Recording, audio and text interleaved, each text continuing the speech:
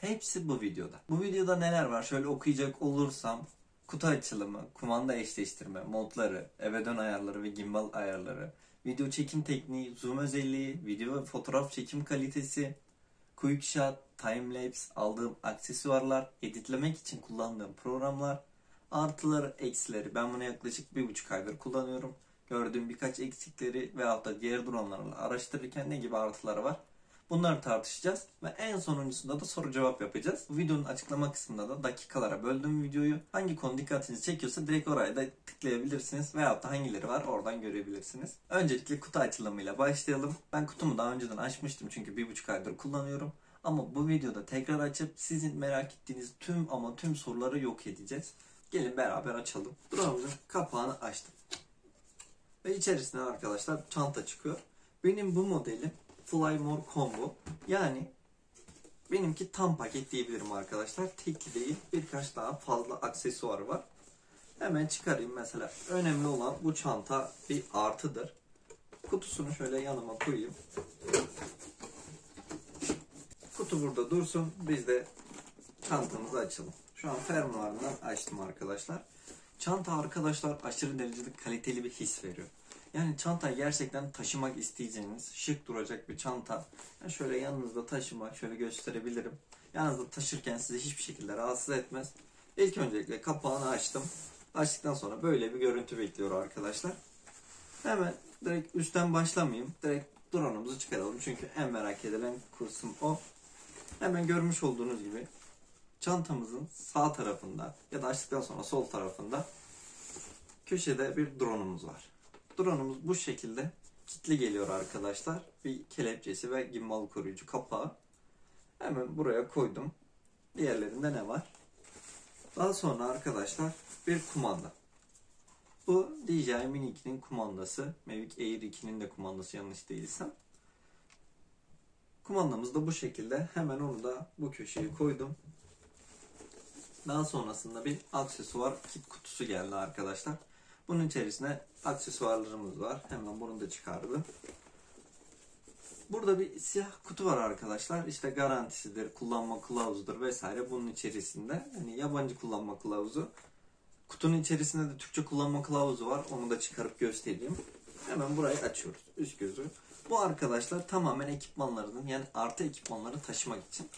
Neler var mesela şu an kabaca çıkarayım. Toplamda 3'er tane arkadaşlar. 12 tane yedek pervanemiz var. Tabii bu combo pakette, tekli pakette bu sayılar daha az. Belki bir tane yedek pervane vardır onda.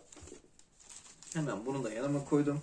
Daha sonrasında arkadaşlar bu teknolojik aletlerinin yanına bir tane tornavida koyuyorlar. Çünkü hemen gösterecek olursam buradaki motorunu çözebilecek veyahut da buradaki bütün vidaları çözebilecek tornavida bu diyebilirim.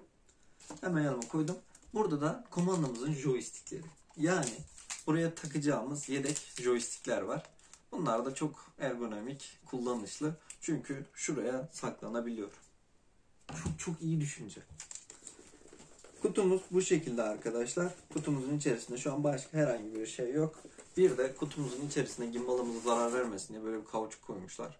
Gerçekten çok iyi. Çok kısa da bir ipucu vereyim. Eğer telefonunuzda video çekerken işte ses kaydı alıyorsunuz. Rüzgar çıktı ve mikrofondan aşırı şekilde rüzgar geliyorsa bu kauçuğu çıkarın ve mikrofonunuzu kapatın arkadaşlar. Telefonunuzu biraz kendinize yaklaştırıp yüksek konuşarak rüzgarı tamamen kesersiniz. İşte sesiniz biraz kısık olur. Onu da biraz hızlı konuşarak ya da yüksek sesle konuşarak atlatabilirsiniz. Çantamı koydum ve drone'umuzu açmakla başlayabilirim. Şu an kelepçesini normal bir şekilde çıkardım arkadaşlar. Tık dedi ve çıktı. Bu genelde tık sesi burada çok lazım oluyor. Hemen kelepçesine bakacak olursak buradan bir çıkıntılı ve arkası da tamamen koruyucu. Buraya pervaneler giriyor. Yani şöyle tekrar gösterecek olursam gördüğünüz gibi buraya pervaneler giriyor ve tam da bu gimbalın koruyucusunu çıkardığımız yerden direkt oturuyor arkadaşlar. Ve yukarıdaki pervaneleri de korumaya yarıyor. Yani bu şekilde taşımak için çok güzel düşünülmüş bir kilit diyebilirim. Şu an çıkardım ve koydum arkadaşlar. Drone'umuz bu şekildeyken işte pervaneler dönebilir. Gimbal kapağını çıkaralım. Hemen üstten alttan biraz bastırıyoruz. Ve tık tık dedi çıktı arkadaşlar. Gimbal kapağımız da çok şeffaf, ağırlığı olmayan, taşırken de hiçbir sıkıntı çıkarmayacak bir kapak. Drone'umuzu hemen açmakla başlayalım. İlk öncelikle arkadaşlar açarken dikkat etmemiz gereken aslında burada yazıyor. İlk öncelikle birinci olarak burayı açmamız gerektiğini söylüyor. Daha sonra ikinci olarak altı döndürerek açmamız gerektiğini söylüyor. Yani bunu da aslında şuradaki ibarelerden anlayabiliriz. Burası için de geçerli. Açtım ve döndürerek açtım arkadaşlar. Şu an gördüğünüz gibi drone'um açıldı. Pervaneler kendinden şu an bağımsız hareket ediyor. Bunun sebebi ise ortada bir demir olması arkadaşlar. Demirin üzerine kurulmuş. Yani daha fazla tork kazandırsın gibisinden düşünülmüş zannedersem. Drone'umuzun hakkında biraz konuşacak olursak arkadaşlar 249 gram, yani tam 250 yapmamışlar. Bu yasalar vesaire bunlar düşünerektir büyük ihtimalle. Yani mini olmasının en büyük avantajı bu diyebilirim. 249 gram, istediğiniz yere istediğiniz şekilde götürebilirsiniz. Yani en kötü ihtimalle cebinize katarsınız, montunuzun cebine ya da işte bu çantayı takar götürürsünüz, hiçbir problem yok. Hemen kameramızdan bahsedelim. Kameramız 4K çekim kalitesine sahip, yani maksimum 4K çekebilen ve üzerinde gimbal var arkadaşlar. Gimbal'ın üzerine kamera koymuşlar. Gimbal'ın ne demek olmadığını bilenler için çok kısaca açıklayayım. Gimbal videolarımda smooth bir görüntü sağlıyor. Şu an çalışmadığı için gösteremiyorum. Havaya kaldırdığımda bu önündeki cihaz da yavaş yavaş size doğru bak. Yani siz sürekli size bakarken ben bunu geriye doğru çektiğimde bu direkt havayı göstermiyor. Yine sizi gösteriyor. Böyle söyleyeyim, daha iyi anlaşılır. Hemen buralarında arkadaşlar sağ ve solunda olmak üzere havalandırmalar var. Yani soğuması için. Buraya normalde diğer modellerde sensör var. Burada soğutma var. Yani şu gözler soğutma gözü, sensörü yok. Sensör sadece bu altta 2 tane var. Yani o da aşağıyı gösteriyor. Yani aşağı sensörler arkadaşlar. İşte elinize indirebilmek için ya da yere indirebilmek için ya da bir nesnenin üzerine inmemek için bu sensör var.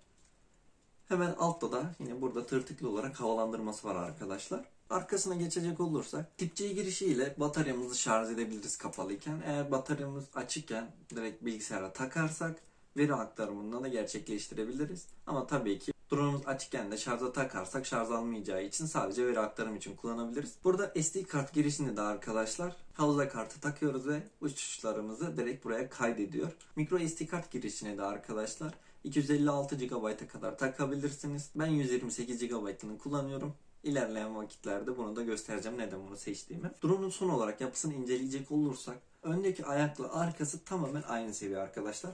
Yere koyduğunuzda dümdüz olacak şekilde kalıyor. Düşüncem arkadaşlar bu biraz benim açımdan kötü olmuş. Hani ben biraz daha iyisini beklerdim bu ayak hizalarının. Çünkü arkadaşlar tam burası yere geliyor. Yani şurada görmüş olduğunuz ayaklar ve burası tamamen yere geliyor. Yani şuraya bir 10 santim daha yüksek yapabilirdiniz. Buralar 10 santim daha yüksek olabilirdi. Yani çünkü inerken ya toprak oluyor, su oluyor. O yüzden biraz daha yüksek olsa daha iyi olabilirdi. Drone'umu şimdi yanıma koyuyorum. Sıra kumandaya geçiyor arkadaşlar.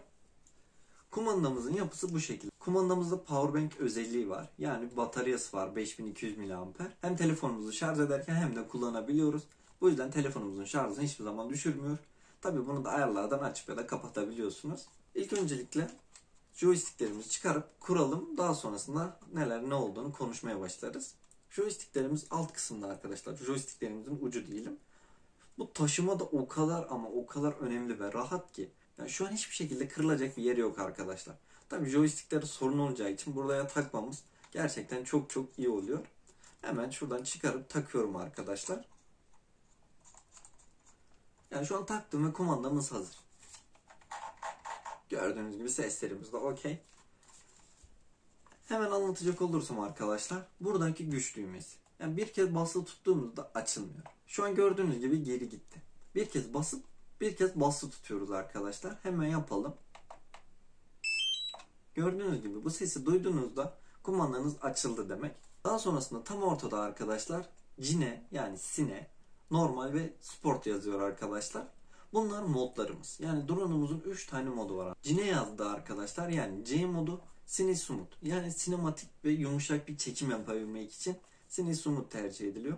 Yani tabii bunu siz kendinize göre de ayarlayabiliyorsunuz. İsterseniz S modunu sinematik çekimi olarak ayarlarsınız. C modunu işte FPV drone gibi ayarlarsınız. Bu tamamen size kalmış. Burada bir durdur ve eve dön tuş var. İki tuş tek yerde. Bunu nasıl kumanda ayırt ediyor diye soracak olursanız bir kez bastığınızda durduruyor.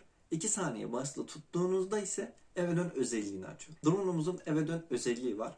Bu yani inanılmaz bir özellik ve hatta gün geçtikçe bu gelişiyor. Eve getirirken işte etrafımızı çekebiliyoruz. İşte gimbalımızı hareket ettirebiliyoruz. Bu güncelleme çok yakın geldi. Çok çok harika bir güncelleme. Daha sonrasında burada FN tuşu var. Yani şu tuş FN. Yani bu arkadaşlar fonksiyon tuşu demek. Yani buna basarak diğer tuşları kullandığınızda ikinci hareketini yapıyor. Yani örnek verecek olursam burada görmüş olduğunuz tuş kameramızın bakış açısını değiştiriyor. Yani 0 ile 90 derece arasında gidip gelmesini sağlıyor. FN'e birlikte bastığımızda zoom özelliği devreye giriyor. İşte fotoğraf çekme ya da video başlatma var. Burada hangi moddaysanız bastığınız anda video çekmeye başlıyor. Bastığınız anda videonuz duraklıyor arkadaşlar. Daha sonrasında antenini açıyoruz. Bu görmüş olduğunuz şey anten arkadaşlar.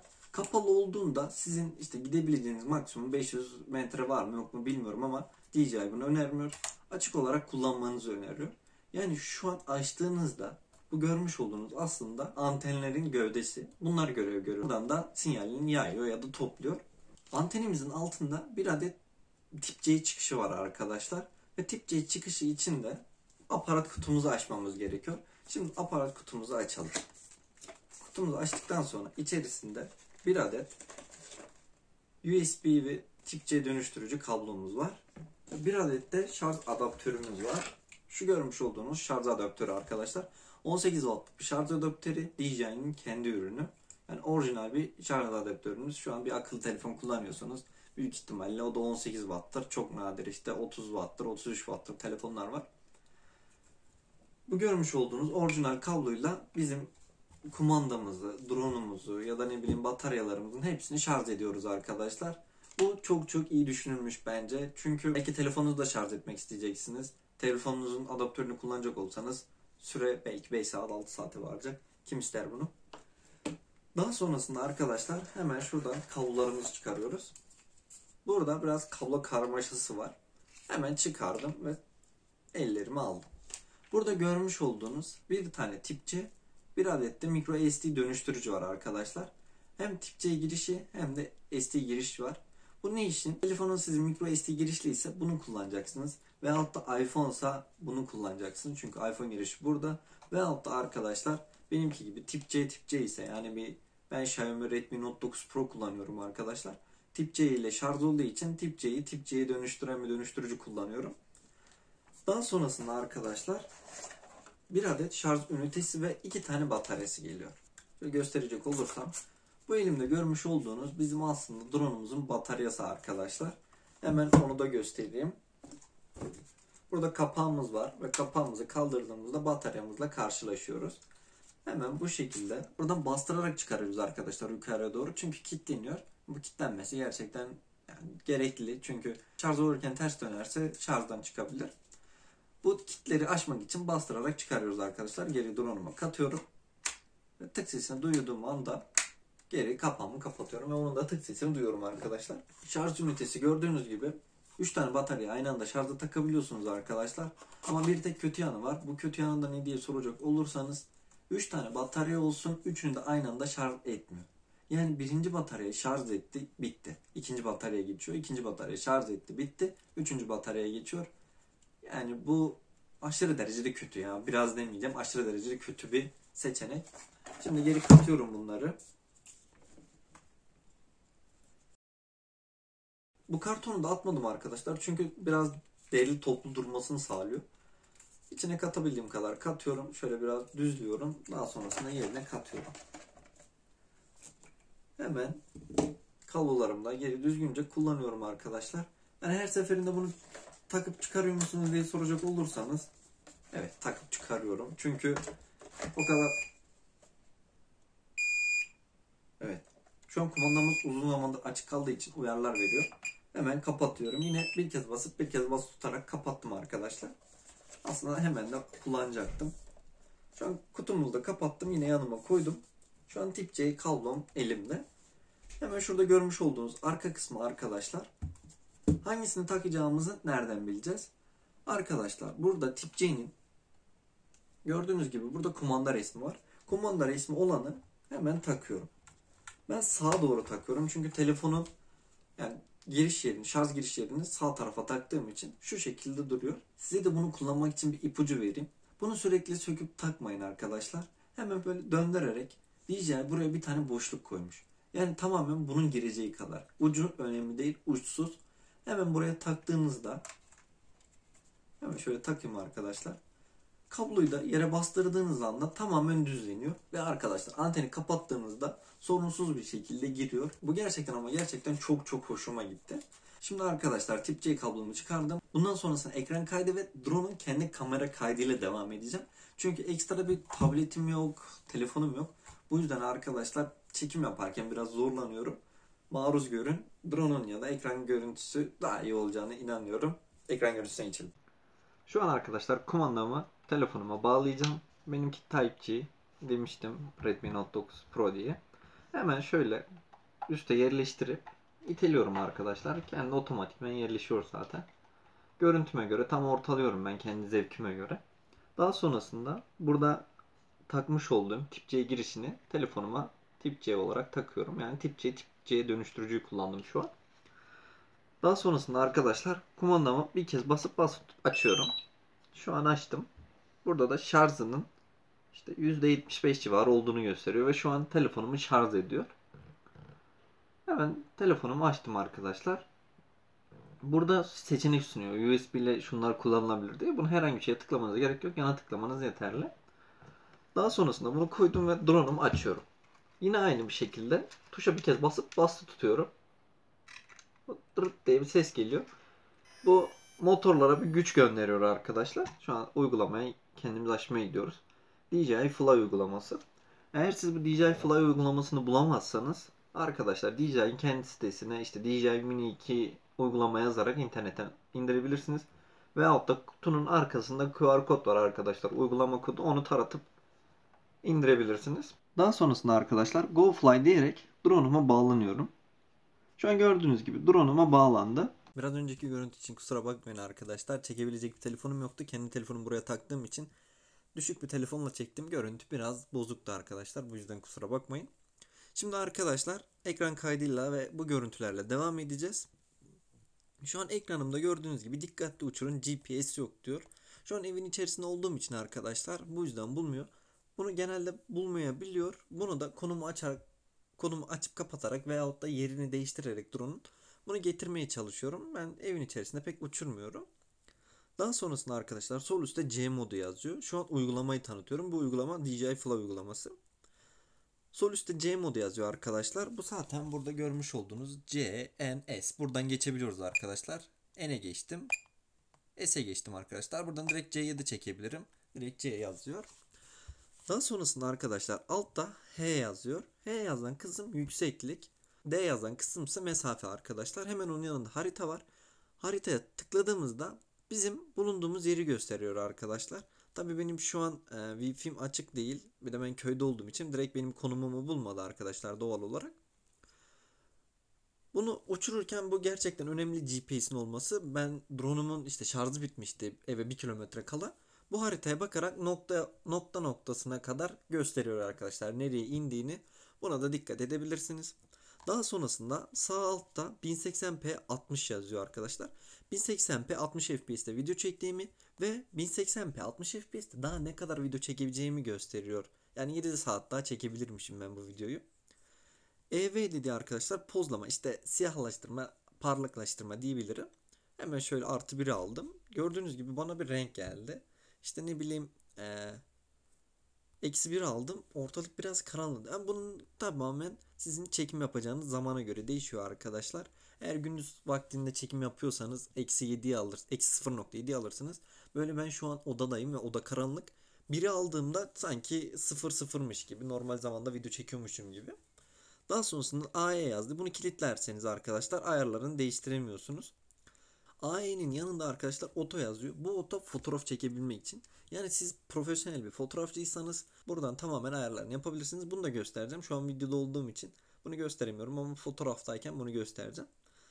Arkadaşlar uygulamamız bu şekilde, video kaydediyor zaten şu an. Kendim de buradan göstereceğim için. Ayarlarını yapalım, daha sonra onları göstereyim. Onların en kolay içi. Sağ üst 3 noktaya basıyoruz arkadaşlar. Şu an ilk güvenliğe gireceğiz. İlk güvenlikte maksimum irtifa yazıyor arkadaşlar.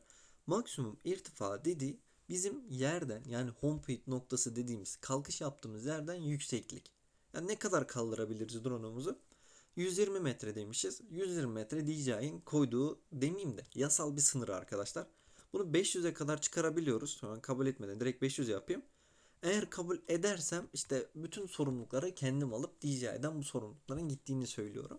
Kabul etmezsem direkt 120'ye sabitlıyor. Bunun daha aşağısına da indirebiliyorsunuz. Maksimum 15 arkadaşlar.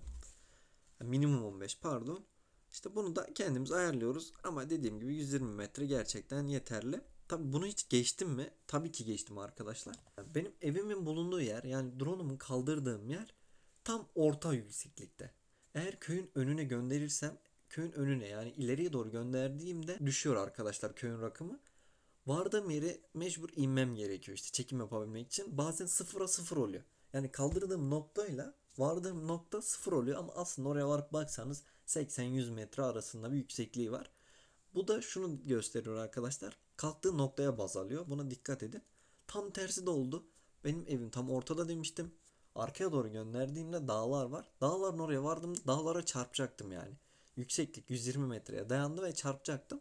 Tabii ne yaptım? Maksimum irtifayı 230 240'a aldım.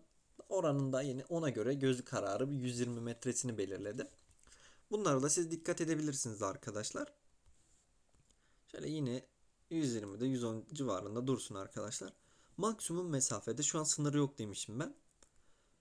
Bunu arkadaşlar hemen düşürelim 20 metre. Yani şu an drone'u kaldırsam 20 metreden sonra 21 metre demeyecek. Direkt kırmızı olacak. Yani önüne bir engel koymuş gibi olacak arkadaşlar.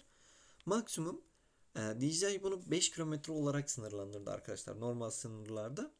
Bunu aşabiliyorsunuz. Bu nasıl aşılabiliyor? Ben mesafe testinde 5320 hatta 5320'yi geçmişim de 5320 diyelim. 5320 metre gittim. Tabii bu bulunduğum bölgeye göre, sinyal güçlülüğüne göre, işte sinyal temizliğine göre, kirliliğine göre bu değişiyor arkadaşlar. Bunu söyleyeyim. Daha sonrasında Oto RTH irtifası var arkadaşlar. Bu aslında eve dön tuşunu atadığınız yükseklik.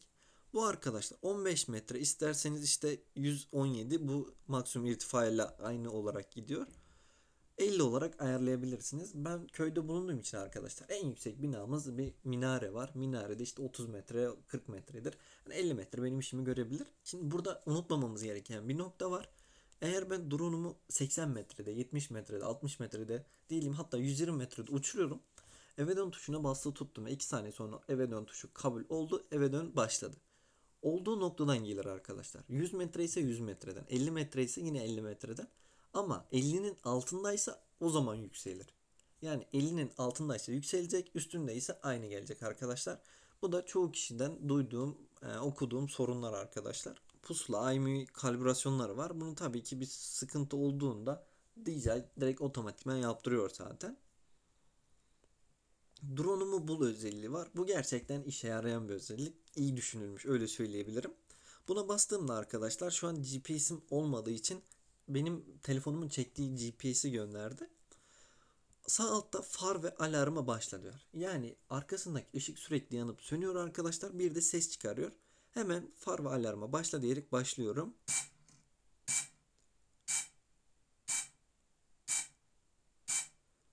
Evet, şu an tekrar dur dediğimde durdurdum arkadaşlar.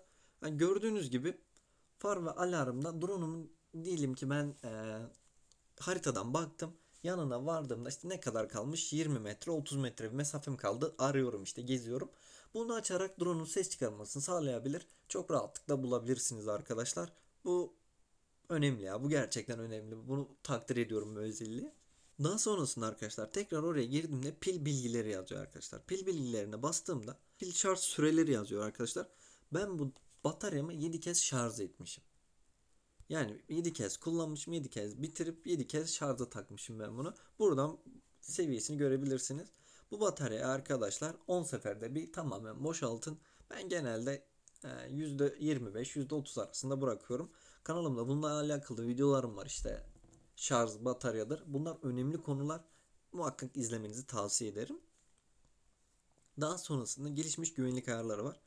Buna tıkladığımızda arkadaşlar sinyal kay nokta dediği arkadaşlar, sinyal kaybolduğunda ne yapayım? Veyahut da eve dön tuşuna bastığınızda ne yapayım? Bu bir komuttur aslında, sizden bunu istiyor. Ne yapmamı istiyorsunuz diye size soruyor ve 3 tane seçenek sunuyor. Eve mi döneyim, yani home point noktasına mı döneyim? Siz bu RT tuşuna bastığınızda veyahut da sinyal koptuğunda olduğum yerden yere mi ineyim? Veyahut da orada sizin gelmenizi bekleyeyim, şarjım bitene kadar diye sorular soruyor arkadaşlar. Bu tabii ki sizin amacınıza göre değişiyor. Yani nasıl amacım ne olabilir derseniz. Ben işte evde oturuyorum, tarlamıza göndereceğim. İşte sabit bir yerim var. Yani ben orada drone'um gelene kadar bekleyeceksem eğer bu eve dön özelliğini aktif etmem gerekir. Eve dön özelliğini aktif ettim. İşte oturduğum yerde sinyal mesafe testi yaptım işte. Koptuktan sonra hiç düşünmem ki. Eve girer otururum, işte çayımı alırım, kahvemi yaparım. Zaten 10-15 dakikada gelene kadar işlerimi halletmiş olurum. Manuel olarak indirmem gerekiyorsa da kendim indiririm. Daha sonrasında alçal var. Hani bu ben bir tek kendim düşünebildim bunu. Ben arkadaşlar yazın bahçeye gidiyorum ya da her an bahçeye gidebiliyorum. Bahçeye giderken işte arkadaşlarla muhabbet ettim. Drone'la da kendimi çekiyordum o sırada. Dedim ki bu drone'un boşuna şarjı bitmesin. Beni bahçede beklesin. Oraya gönderdim. Temiz bir yer bulup oraya indirebilirim arkadaşlar. Ben daha sonra onu gidip oradan alabilirim. Böyle düşünebilirsiniz. Daha sonrasında havada dur. Yani bu nasıl kullanırız? Arkadaşlar sabit bir noktanız yoksa, işte arabayla yolculuk yapıyorsunuzdur veyahut da gemidesinizdir, vapurdasınızdır, bunu uçuracaksınız. Kendinizden ileriye doğru götürdünüz ve bir anda sinyal koptu. Sizi orada bekleyecek arkadaşlar. Siz vapurla drone'a kadar yaklaştıkça hemen sinyal geri gelecek ve siz de drone'unuzu geri getirebilirsiniz. Bu 3 ayar önemli. Ben köyde yaşadığım için böyle bir zorluklarla karşılaşmıyorum. Eve dön özelliğinden gayet memnunum arkadaşlar.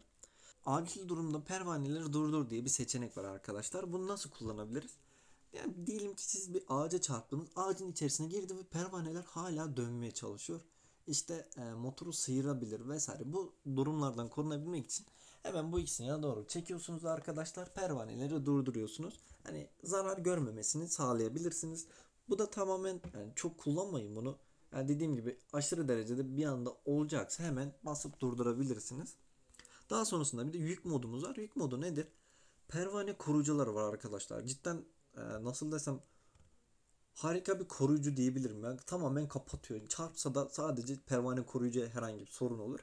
Bu yüzden onları aldığınızda drone'unuza ağırlık yapacak. Siz de bu yük modunu açarsanız hani yüküne göre biraz daha güç verecek. Bataryadan biraz daha güç alacak. Ne olur 30 dakika uçuyorsa 26-25 dakika uçar. Bunda da kesinlikle bir problem olacağını düşünmüyorum. Şu an güvenlik ayarlarında yapacaklarımız bu kadar da kontrole geçiyorum arkadaşlar. Kontrolde birimler diyor. Yani siz Türkseniz, Türkiye'de yaşıyorsanız arkadaşlar bizim birimlerimiz kilometre bölü saat. Yani araba kaç kilometre ile gidiyor, rüzgar kaç kilometre hızla esiyor. Bunları konuşuruz. Bu yüzden kilometreyi seçtim. Ön led modu var arkadaşlar. Bunu devre dışı bıraktım. Neden devre dışı bıraktım? Devre dışı bırakmaya da bilirdim. İşte gökkuşağı, farklı renkler yanıyor. Yavaş yanıp sönme, sabit. Arkadaşlar bu ne kadar az olsa da biraz elektrik harcıyor. Yani benim havadayken bir 30 saniyemi, bir dakikamı alırsa ben bundan memnun olmam. O yüzden kapatabilirsem arkayı da kapatacaktım ama arka işte fonksiyon tuşu olduğu için kapanmıyormuş. Yani onu öğrendim. Daha sonrasında gimbal takip modu var arkadaşlar. Videonun ilerleyen kısımlarında bunu video olarak anlattım ama şu anda anlatayım. Takip modu dediğimde arkadaşlar ben drone'umu geriye doğru çektim. Yani geriye doğru çektiğimde önü kalkıp geriye gelecek ama hala aynı görüntüyü çekiyor olacak. Takip modu bu. BşG modunu alırsam eğer arkadaşlar geri çektiğimde drone'um geriye doğru gelirken biraz açısı yukarıya doğru gidecek. Yani drone gibi hareket edecek.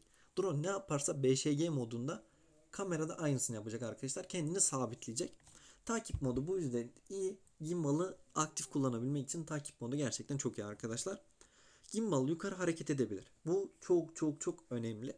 Bunu açıyoruz arkadaşlar. Açtık. Bunu neden açtım? Burada görmüş olduğunuz fonksiyon tuşuyla arkadaşlar gimbal'ımı aşağı yukarı hareket ettirebiliyorum. Ben şu an yukarı doğru hareket ettirerek gördüğünüz gibi 20 derecelik açı yaptım yukarıya doğru. Bu tabi 90'a kadar da yapılıyor. Bunu oradan açmasaydım sıfırın üstüne çıkmıyor arkadaşlar. Bunu söyleyeyim.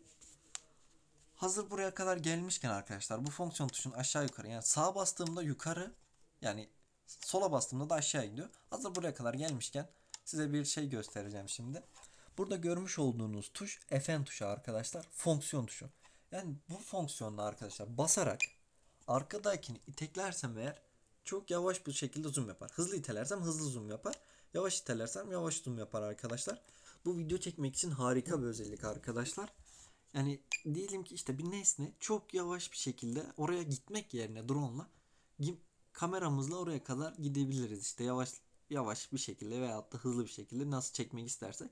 Şu an çok yavaş bir şekilde gidiyorum. İşte bir anda da geri gelirim. Nesneden yakınlaşır, uzaklaşır. Bu tamamen sizin video çekim tekniğinizle alakalı. Ama zoom bu şekilde arkadaşlar. Buradan kameranın açısını değiştiriyoruz. Fn tuşuyla zoom yapabiliyoruz. Zoom'u bir de arkadaşlar kameramızın hemen burada bulunan X1'ine basarsak eğer direkt X2 alır. X2'ye basarsak X4 alır. Tabi bu 1080p'de oluyor arkadaşlar. 4K'da 2x'e kadar çıkabiliyor. Tabi telefondan da yapabilirsiniz yavaş hızlı. Üstüne basılı tutarsanız eğer yukarıya doğru işte ya da aşağıya doğru yaparsanız yaklaşıp uzaklaşırsınız. Ama arkadaşlar video çekerken telefonu kullanmak tamamen bence saçmalık. Sizin görüntünüzü işte vakit çalıyor ya. Sizden bir nevi vakit çalıyor arkadaşlar. Böyle söyleyebilirim. Bu yüzden fonksiyon tuşundan kullanmayı öğrenebilirsiniz. Daha sonrasında arkadaşlar yine tekrar üst 3 noktaya bastım ve gelişmiş gimbal ayarları var arkadaşlar. Buradan en alta iniyorum. Cine Smooth, işte normal ve sport modlar, bunların hepsinin ayarını yapabiliyorsunuz. Cine Smooth modu işte 21 kilometre hızla gidiyor. En modu 36-38 kilometre hızla gidiyor. Sport modu da 58 kilometre hızla gidiyor. Buna göre kendiniz ayarlarsınız arkadaşlar. İsterseniz sport modunu bir yarış drone'u gibi kullanırsınız. İşte sinema çekimini çok çok daha yumuşak hareketlerle. Bunların ayarların arkadaşlar hepsi gimbal ayarları nasıl yapılır videomda çok detaylı bir şekilde. Siz nasıl kendinize göre istiyorsanız onu yapıyorsunuz. Yani orada onu öğreniyorsunuz. Kesinlikle ama kesinlikle onu izlemenizi tavsiye ederim arkadaşlar. Şu an işte ekranda bir sıkıntı oluyor. Ben elimle bunları yok ediyorum arkadaşlar. Bunu anlamış değilim mesela ben. Yani bu da bir eksisi drone'un daha doğrusu. Öyle geçinelim. 3 noktaya tekrar tıkladım arkadaşlar. Buradan geri dedim. Gimbal kalibrasyonu vesaire bunlar arkadaşlar bir sorun oluştu mu DJI size zaten zorunlu olarak yaptırıyor. Çubuk modu. Evet bu önemli bir mod arkadaşlar. Çubuk dediği bu joystick'in çubukları. Tabi bunu nasıl yapıyorsunuz? Mod 2 var işte mod 1 var mod 3 var. Ben mod 2'de kullanıyorum. Yani neden mod 2'de kullanıyorum? Arkadaşlar ben şimdiye kadar 3 tane drone kullandım. Ve bunların üçü de aynı mantıkla çalışıyordu. Buna göre alışmışım. Yani diğer modları denedim kullanmayı. Ya istediğim gibi görüntü elde edemiyorum. Tabi çok ilerleyen zamanlarda düşünüyorum ki ben işte ileri tuşunu arkadaşlar buraya alıp işte ileri geriyi buraya alıp sağ sola açı yapmayı da buraya alacağım arkadaşlar.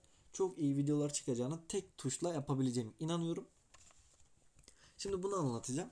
Arkadaşlar burada sola dön, yüksel, sağa dön, alçalt. Bunlar ne demek oluyor arkadaşlar? Hemen bakalım. Arkadaşlar sola dön, sağa dön, alçal ve yüksel. Tamamen sol joystick'te. Yüksel dediği yerden yüksekliği, sola ya da sağa dön dediyse kameranın bakış açısının değişmesi. Yani eksen etrafında 360 dereceye kadar dönebiliyor arkadaşlar drone. Yani 360 derece sonsuz şekilde dönebiliyor. Diğer tarafta ise sağ joystick'te ileri, sağ, geri, sol var arkadaşlar. İleri dediğimizde yükselip alçalmadan direkt ileriye, geriye gidiyor geriye bastığımızda. Sağa dediğimizde kameranın açısı aynı yere bakıp sağa, aynı yere bakıp sola gidiyor arkadaşlar. Bu şekilde. Bunları da kumanda eşleştirme videomdan detaylı şekilde inceleyebilirsiniz. Şimdi arkadaşlar tekrar 3 noktaya bastım. Tüm şeylerini öğrenmeye çalışıyoruz şu an. Kameraya girdim arkadaşlar. En üstte çıktım, titreşim önleyici otomatik, histogram, aşırı pozlama uyarısı ve HD foto. HD foto tamamen aktif olsun. Histogram ve aşırı pozlamayı şu an açıyorum arkadaşlar. İkisini de açtım. Bunlar ne işe yarıyor? Şimdi histogram için arkadaşlar buraya bir şu an ekranda oynattığım bir gösterge geldi. Bu bir grafik diyebiliriz. Bu neden önemli? Şimdi hemen onu gösteriyorum. Ben şu an kendime arkadaşlar sıfır aldım. Ve gördüğünüz gibi hemen sola kaydı. Diyor ki senin görüntün siyah. Yani siyaha yakın. Sol siyah, sağ beyaz demek arkadaşlar. Şöyle biraz eksi 2'ye alayım. Gördüğünüz gibi tamamen sağa yanaştı. Ya da artı 2'ye alayım arkadaşlar. Şu an çok iyi oldu. Sağa yanaşıp tamamen beyazladı arkadaşlar. Ve arkamda da görmüş olduğunuz buralarda işte elimi koyuyorum işte değişiyor. Zebra desenleri oluştu. Şu an videoda yok ama ekran görüntüsünde var arkadaşlar. Bu da aşırı pozlama uyarısı. Siz video yani SD kartda kaydeden videoda yok ama ana ekranda, ön izleme ekranında var arkadaşlar. Yani beyazlatacaksanız da diyor biraz düşürün diyor. Şu an mesela artı 1.7'yi aldım, gitmedi. Artı 1.3'e aldım, çok az bir şey kaldı. Artı 1'i aldım, yani gitti. Şu karanlık bir ortamda çekebilmek için mesela artı 1 uygun ama hala beyaz. Artı 7 gerçeğe yakın bir değer. Bu gerçekten çok çok iyi bir değer. Bunu kesinlikle ama kesinlikle kullanmanızı öneriyorum. Histogram şurada dursun. Size hiçbir zararı yok. Hiçbir zararı yok. Burada durması kesinlikle istiyorum arkadaşlar. Ekran görüntüsü zaten. İşte aşırı pozlamayı da öğrendik. Tamam, bu da çok süperdi. Daha sonrasında arkadaşlar kıl nokta çiz, yani kılavuz çizgileri diyor. Hepsini açıyorum şu an. Hepsini açtığımda hani görebilirsiniz, ben aslında buna biraz dikkat ediyorum. Kendi kafamı ortanın ortasına alıyorum arkadaşlar. Yani üstün ortasına alarak şu bölgede anlatmaya çalışıyorum tabi. Drone beni ters çektiği için, ben şu an elim sola atıyorum sanki drone da sağ gibi. Ters çektiği için biraz oradan sapıyorum. Çünkü ilk başta da böyle oturuyordum. Bir nesne koyacaksam arkadaşlar tam buraya koyuyorum. İşte nesnem burada oluyor. İşte ikinci bir nesne koyacaksam da tam burada oluyor. Bu videodaki işte bakış açısı mı desem, işte insanları niye odaklamam gerektiğini gösteren açılardır arkadaşlar. Veyahut da tam şu an arkadaşlar açım 0 ve ortada görmüş olduğunuz hepsi ortada birleşiyor. Ve ortada bir artı işareti var ve nokta işareti var. Drone'umu şu an havaya kaldırsam ve ileriye göndersem tam şu an elimin olduğu nokta hizasında ilerleyecek arkadaşlar.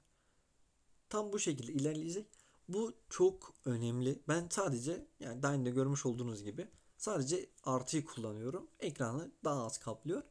Arkadaşlar siz göndereceğiniz yeri önceden bununla tayin ediyorsunuz. İşte sıfır aldığınız açısını, göndereceğiniz yeri hedeflediniz. Açısını değiştiriyorsunuz artık. Açısı dediğimde işte bu gimbalın açısını. Hiçbir şekilde alçalıp yükselmiyorsunuz. İşte sağa sola itelemiyorsunuz. Sadece ileri iteliyorsunuz. Aynı irtifada varacağınız yere ulaşıyorsunuz ama siz farklı yerlerin videosunu çekerek gidiyorsunuz. Önemliler de bugün. Bu da önemliydi. Bakın şu an hala şurada bir aşırı pozlama uyarısı veriyor. Bu tabi ön izleme ekranında veriyor arkadaşlar. Bazen de gördüğünüz gibi bazen donup kalıyor, solup kalıyor. Bu büyük ihtimalle odada olduğum için olabilir. Tekrar 3 noktaya tıkladım. Arkadaşlar SD kart kayıt ön belleğini sakla. Maksimum video belleği kapasitesi. Siz video çekerken aslında SD karta hem ben ekran kaydıyla da çekiyorum ama bu ekranda sizin SD kartta çekmiş olduğu görüntüyü kaydediyor. Hani hem SD kartta oluyor ama telefondaki 720. SD karta kaç çekerseniz o oluyor arkadaşlar. Buna dikkat edebilirsiniz. İşte bu 2 GB, 4 GB, bunu tamamen siz kendinize göre ayarlayabilirsiniz. Şu an videoda olduğum için büyük ihtimalle değiştirmeme izin vermiyor. Daha sonrasında iletim var. Şu an arkadaşlar çift band ve oto var. Bu nasıl önemli? Şöyle anlatabilirim. Ben köyde olduğum için arkadaşlar 5.8 GHz buralarda çok çok nadir olur. Hani belki yoktur bile. Drone'um yakınken zaten kendi otomatikman 5.8 GHz ile haberleşecek. Yani 500 metre falan diyebiliriz. Ama ben bunu ileriye götürdükçe işte 5.8 GHz'den çıkıp 2.4 GHz'e geçecek. Yani düşük herzler arkadaşlar. Düşük frekanslar çok daha ileriye gidebilir. Yüksekler daha kısa mesafede daha güçlü veri elde eder. Bu yüzden siz mesafe testi yaptığınızda 2.4 GHz ile başlarsanız çok çok daha ileri gittiğinizi görebilirsiniz arkadaşlar. Buradan da iletimde anlatacaklarım bu kadardı. Hak dedikleri de işte isim, model, bunları yapabiliyorsunuz. Araç yazılımı, işte buradaki FlySafe veri tabanı, bunların hepsini güncellemeyi deneyebiliyorsunuz. Şu an güncellemeyi kontrol et dedim. Sürüm kontrol ediliyor. Bakalım bir güncellememiz var mıymış? Yazılımımız güncelmiş. Böyle bir yazılım yokmuş. Şu an ekranda anlatacaklarım bu kadardı. Uygulama hakkında. Şu an fotoya geçeceğim arkadaşlar. Fotonun o otosunu anlatacağım. Kaydımı durduruyorum. Bundan sonrasında ekran kaydıyla yine devam edeceğim. Şu an tıkladım ve fotoya geçtim arkadaşlar. Fotoya geçtikten sonra tekliğe aldım. Şu an yine kendimi pozlayayım. E, Artı 0.7'ye aldım. Otoya tıkladım arkadaşlar. Şu an tamamen karardı. Bu işte size profesyonellik veriyor. Ne yapacaksanız kendiniz yapın. Benden bir şey isteme diyor. Poz ISO'ya tıkladım arkadaşlar. ISO şu an 3200 aldım. Bir parlaklık geldi. Pozlama süresini işte 1.5 aldım. Gördüğünüz gibi zebra deseni oldu her yer. Veyahut işte şöyle biraz da artırıyorum. 2000 aldım. Ortalık biraz daha siyahlaştı. Evet, şöyle 1100, 1/100 gerçekten iyi bir çekim olarak düşünebilirsiniz. Ha, bu tabii ki sizin profesyonelliğinize kalmış. Ben bu kadar profesyonel değilim. Çünkü ben otomatikte kendi gözüme göre ayarlıyorum arkadaşlar. Siz çekeceğimizi hızlı gitmiyorum ben. O yüzden dediğim gibi artı 7 artı 3 bunlara dikkat ediyorum.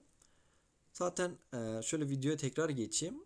Şu an videoya geçtim. Arkadaşlar bu Airway'i ben gündüz saatlerinde 2'den uçuracaksam dahi hep eksi 3'te uçuruyorum arkadaşlar. İkindin saatlerinde.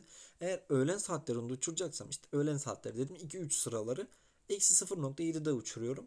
Bu tamamen işte e, biraz gözlem, kendime göre en uygun olarak bunları seçtim. Daha sonrasında arkadaşlar burada kaydettiğimiz noktadan hemen kayıt noktasının altında da bizim kütüphanemiz var. İşte bu şu an kaydettiğim. Bunlar da yerel daha önceden kaydettiklerim. Zaten bunları biraz sonra göreceksiniz. Ben bunu video yanlış olmuş. Çekemem. Ses kaydı almamış. Tekrar oluşturuyorum. Hemen şuradan girmişken size bir spoiler vereyim arkadaşlar. İleriye dönük bir spoiler oldu bu da.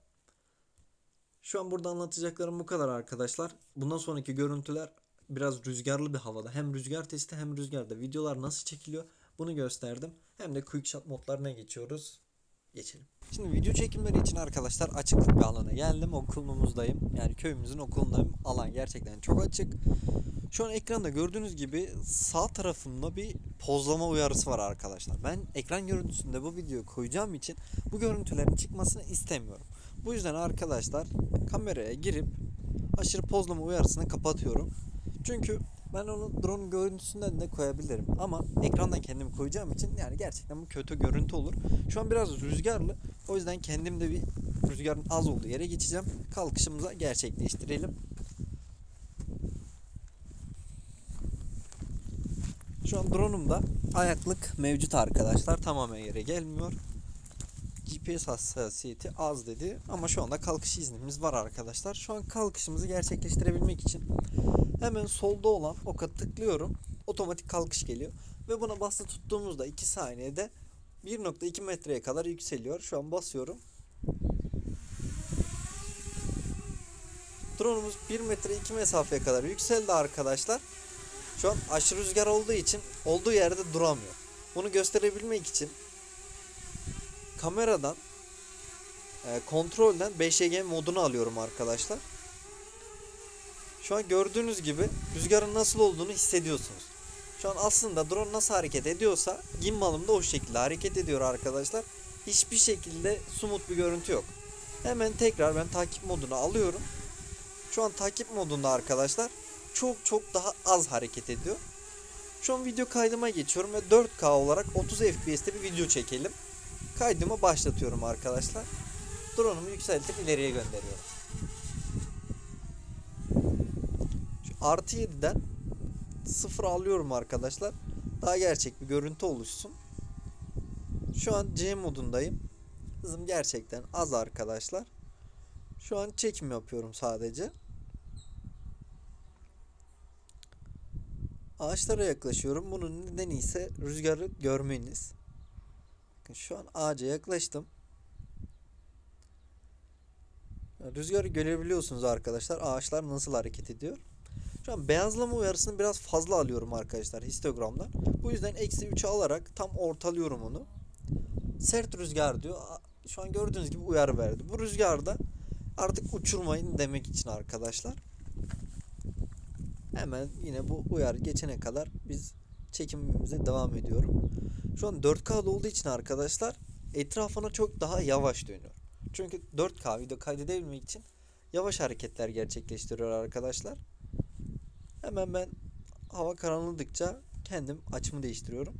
Şu an yani karanlığı aşamıyorum. Bunun sebebi biraz aşağıya baktırmam arkadaşlar. Şu an baktırdığım anda -15'e gelirse gördüğünüz gibi parlaklığım arttı. Artı 3 gerçekten iyi. Şu an 4K video çekimindeyim arkadaşlar. Kendime doğru getireyim.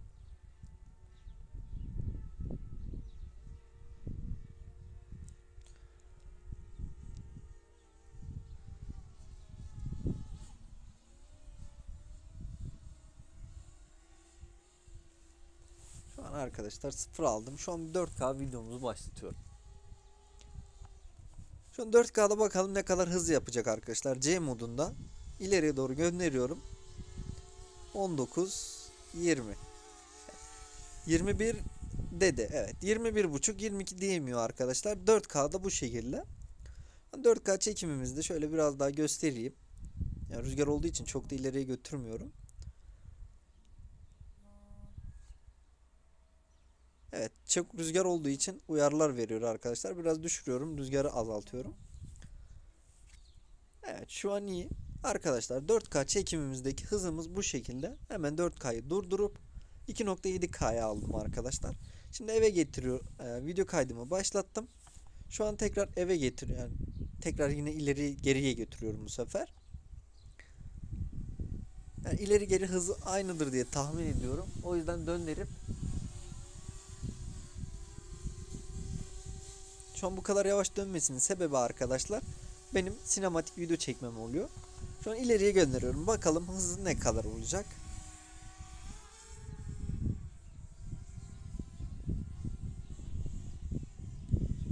Evet arkadaşlar, bunun da hızı 21 kilometre. Yani 4K ile 2.7K arasında bir hız olarak bir farkımız yokmuş.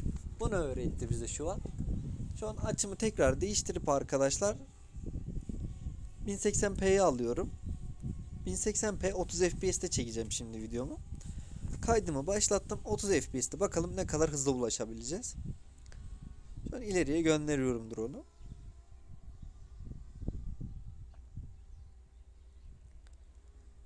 Evet, 1080p'de yine 21 oldu. Hiç değişmiyor bu. Evet arkadaşlar, hani 21 kilometre, bu da aynı oldu. Hemen yine bunu durdurup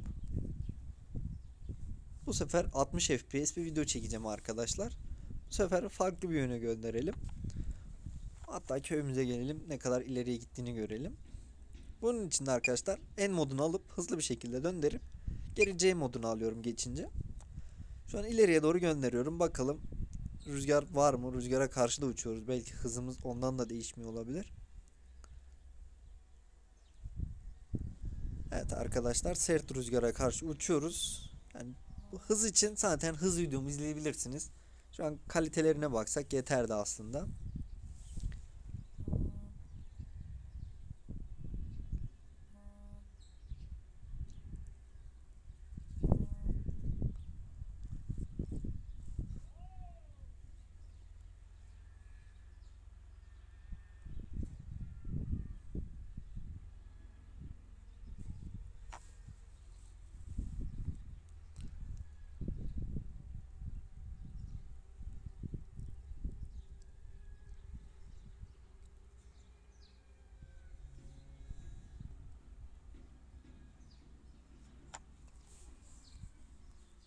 Evet arkadaşlar, 4K 1080p 2.7K bu şekildeydi. Daha düşüğü yok arkadaşlar. Şimdi biraz alçalıyorum. Evet, şu an ayarım iyi. Arkadaşlar fotoğraf modu var. Şimdi fotoğrafta tekli A, E, B dediği çoklu fotoğraf. Şu an tekliye aldım ve ayar tekrar değişiyor arkadaşlar. Ben bunu X3 0 aldım arkadaşlar. Şu an bir kere bastığımda fotoğrafı çekti ve kaydetti. Bir daha basayım. Bastı tutsam dahi yine bir kere çekiyor arkadaşlar. Kumandamın sağ üstündeki fonksiyon tuşunu kullanırsam arkadaşlar, F'n değil kamera ismi olan, kameradan videoya, videodan kameraya geçiyor arkadaşlar. Bu da tamamen telefona sebep olmamasını sağlıyor. Şu an geri getiriyorum arkadaşlar drone'umu. Bataryasını değiştireceğim. Ben açısını da değiştireyim. Hatta gimbalımı tam 90 dereceye alayım. Kalktığı noktadan inecek mi bakalım. Şu an indiği nokta değil. Buna bir kere anlaşalım.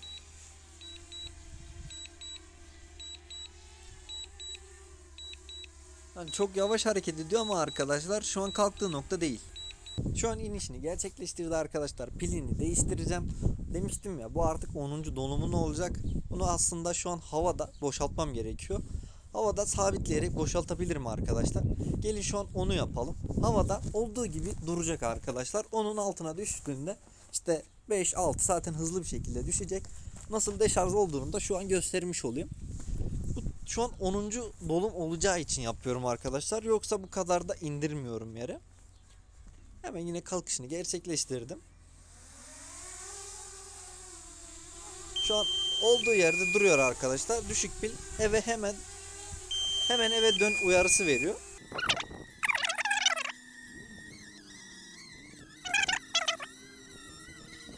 Biz hala fotoğraf çekimimize devam edebiliriz. İstersek işte çoklu çekim var. Hemen bu devam ederken çoklu çekimi yapıyorum. Şu an bir kere bastım arkadaşlar. Gördüğünüz gibi bu çoklu çekim mi? Bu ne ya? Bilmiyorum bunu. Arkadaşlar hemen buradan kameraya girdikten sonra JPEG artı RAW yazıyor. Yani iki tane formatı var. JPEG mi isterseniz hem JPEG hem RAW mı? Yani bir fotoğraf çekerseniz iki kez kaydediyor. Bir JPEG'ini bir de RAW'ını kaydediyor. Yani RAW benim işime yaramıyor arkadaşlar. Bu yüzden JPEG olarak işimi görebiliyorum. Yeni bataryamızı taktıktan sonra buradaki zamanlama çekimini gerçekleştireceğiz. Bu timelapse oluyor. Bakalım bir dakikada ne kadar fotoğraf çekeceğiz, nasıl değişimler oluyor. Bulutlardan bunu gerçekleştireceğiz. Şu an şarjımın %5'e düşmesini bekliyorum arkadaşlar. %5'e düşünce zaten kendi otomatikman inmeye başlayacak. Biraz bekleyelim.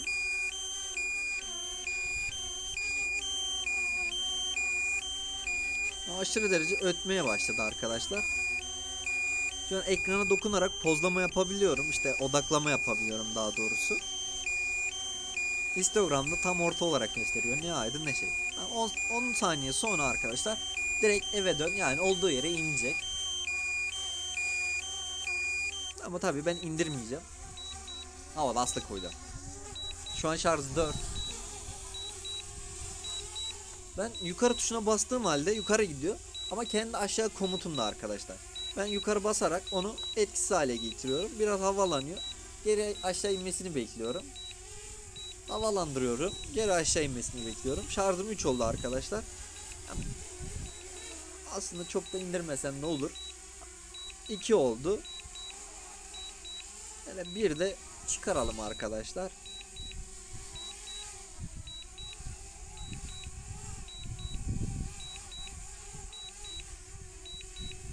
Evet, şu an indiriyorum arkadaşlar. Evet. Şu an tam bataryası bir de tamamen hücrelerin hepsi bitmiş durumda arkadaşlar. Hani bunu yapmamın sebebini de söyledim. Bataryamın 10. şarj oluşu. Yani 10. kez şarja takışım olacak. Siz de bunu arkadaşlar o ayardan gösterdiğim yerden kontrol edip yapabilirsiniz. Eğer bunu neden yaptım merak ediyorsanız şarj videomu izlemenizi tavsiye ederim. Şu an arkadaşlar bataryamın pilini sökeceğim ama öncelikle drone'umu kapatarak.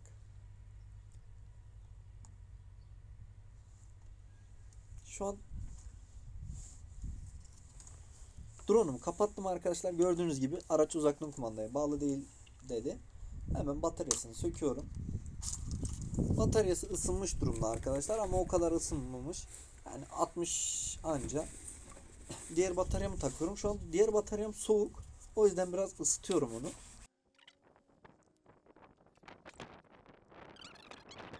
Tekrar araca bağlan GoFly dediğimde arkadaşlar direkt otomatikman bağlanmış oluyor.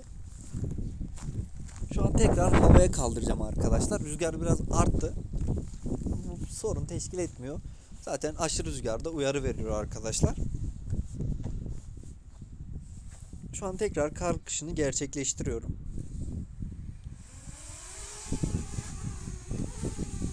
Aşırı rüzgar var. Şu an sallıyor bildiğiniz. Hemen nasıl salladığını da kameramla çekeceğim ve göstereceğim.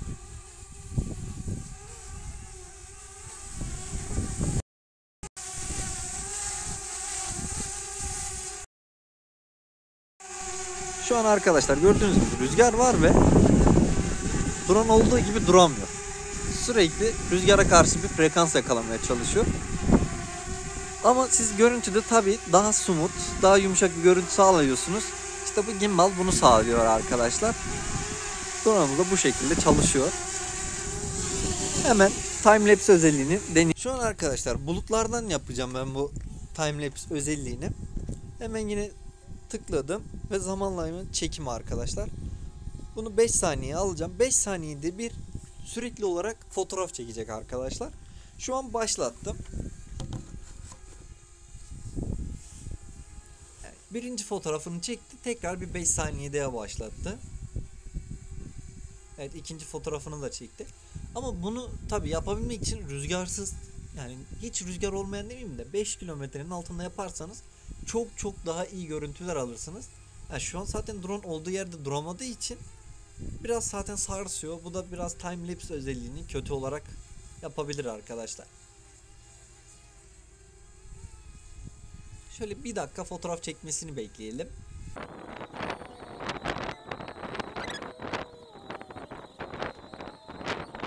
Arkadaşlar 15-20 tane fotoğrafımız çekti. Tabi bunu otomatik olarak oluşturmuyor. Biz bunu kendimiz programdan yapıyoruz arkadaşlar. Şu an durdurdum artık. Daha sonrasında işte video quick shot var, panorama var arkadaşlar. Quick shot dediklerini ben daha önceden denemiştim. Bunların hepsini ekleyeceğim. Şu an aşırı rüzgarlı çekemeyeceğim arkadaşlar. Panorama diyor ve ship here diye bir şey var. Şehir ya da böyle okunuyor. Bu arkadaşlar 360 derece fotoğraf çekiyor. Yani gimbal'ı her tarafını çekerek 360 derece bir görüntü çekiyor. Gelin bunu deneyelim. Şu an başlattım. Nasıl bir şey yapacak merak ediyorum.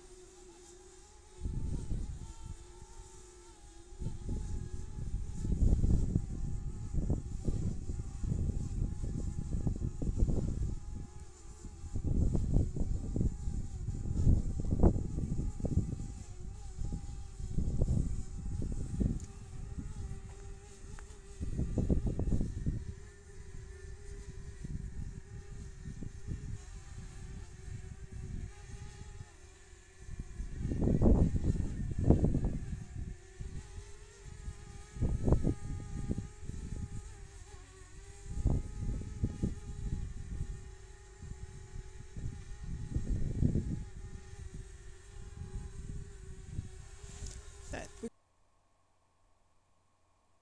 görüntümüzde kaydettiğine göre daha sonrasında 180 derecelik görüntümüz var. Ona basıyoruz arkadaşlar. Şu an nasıl çekim yapıyor bakalım. Sadece tek hizada, tek eksen etrafında dönerek videolar çekiyor, fotoğraflar çekiyor. Her fotoğrafın açısı 30 derecelik bir fotoğraf çekti arkadaşlar. Şu an onlar da kendi otomatikman birleştiriyor. Daha sonrasında geniş açı diyor.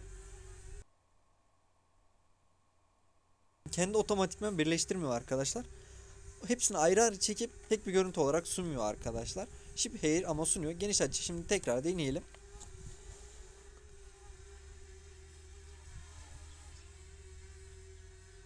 Bu da 180 dereceye yakın çekiyor arkadaşlar. Yani ship here gibi tamamen dönmüyor. Evet, şu an fotoğraf modlarımız da bu şekildeydi. Quick shot'larda arkadaşlar şu an hani göstereyim. Drone, roket, dairesel, spiral ve boomerang var. Bunların hepsinin çekimi var arkadaşlar. Şu an onları izlemeye başlayabilirsiniz.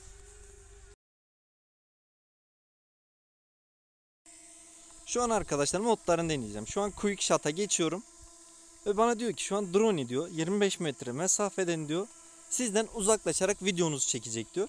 Tamam, yani şu an videoyu öyle yorumladım ben direkt. Hemen kendimi seçeyim arkadaşlar. Hatta biraz kameramı yere doğru indireyim, beni tamamen seçsin. Şu an şöyle kendimi seçtim. Ve şu an start dediğimde başlayacağını söylüyor. Ve start'a başladım arkadaşlar. 3'ten geriye doğru saydı. Ve artık benden yavaş yavaş uzaklaşıyor arkadaşlar. Yani bu videolara giriş ya da çıkış olabilir.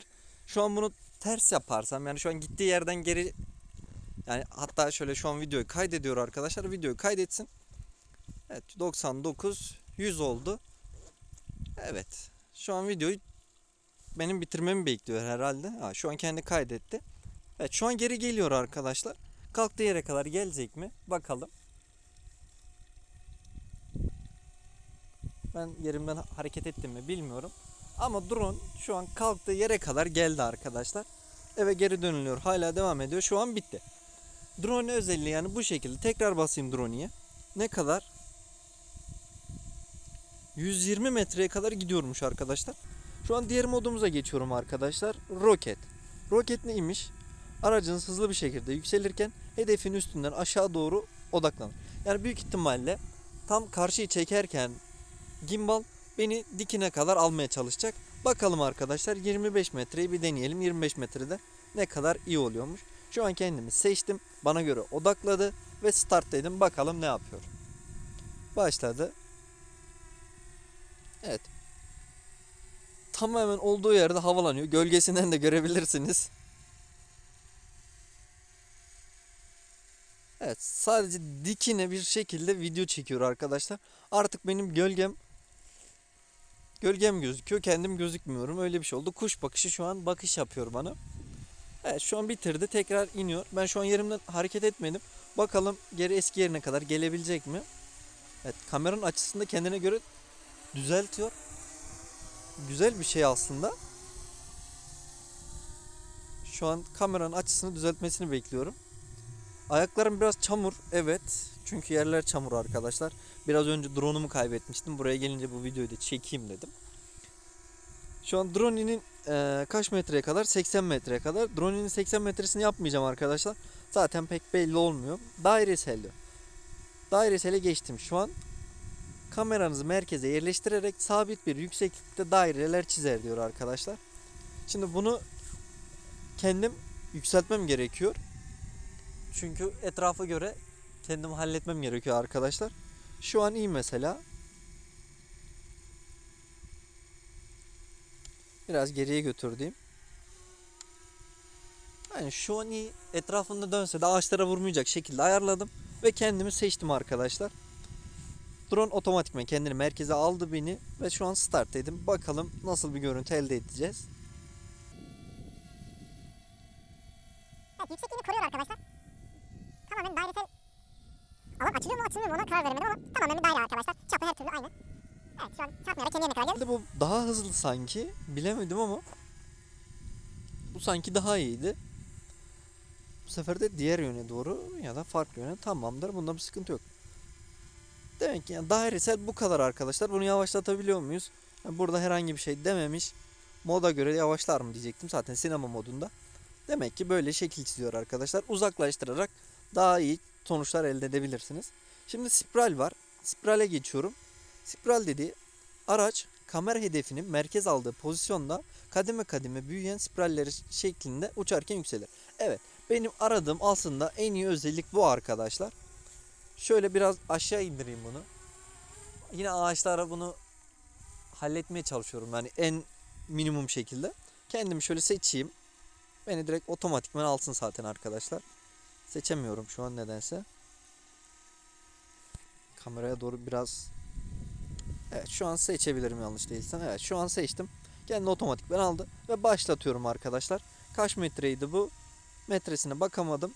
Ama videonun kaydetmesini bekliyorum. Gerçekten yavaş hareket ediyor. Ve sürekli merkezden uzaklaşıyor. Güzel, ben bunu sevdim. Drone ile bu ikisini kullanabiliriz arkadaşlar. Ben şu an hareket ediyorum ya.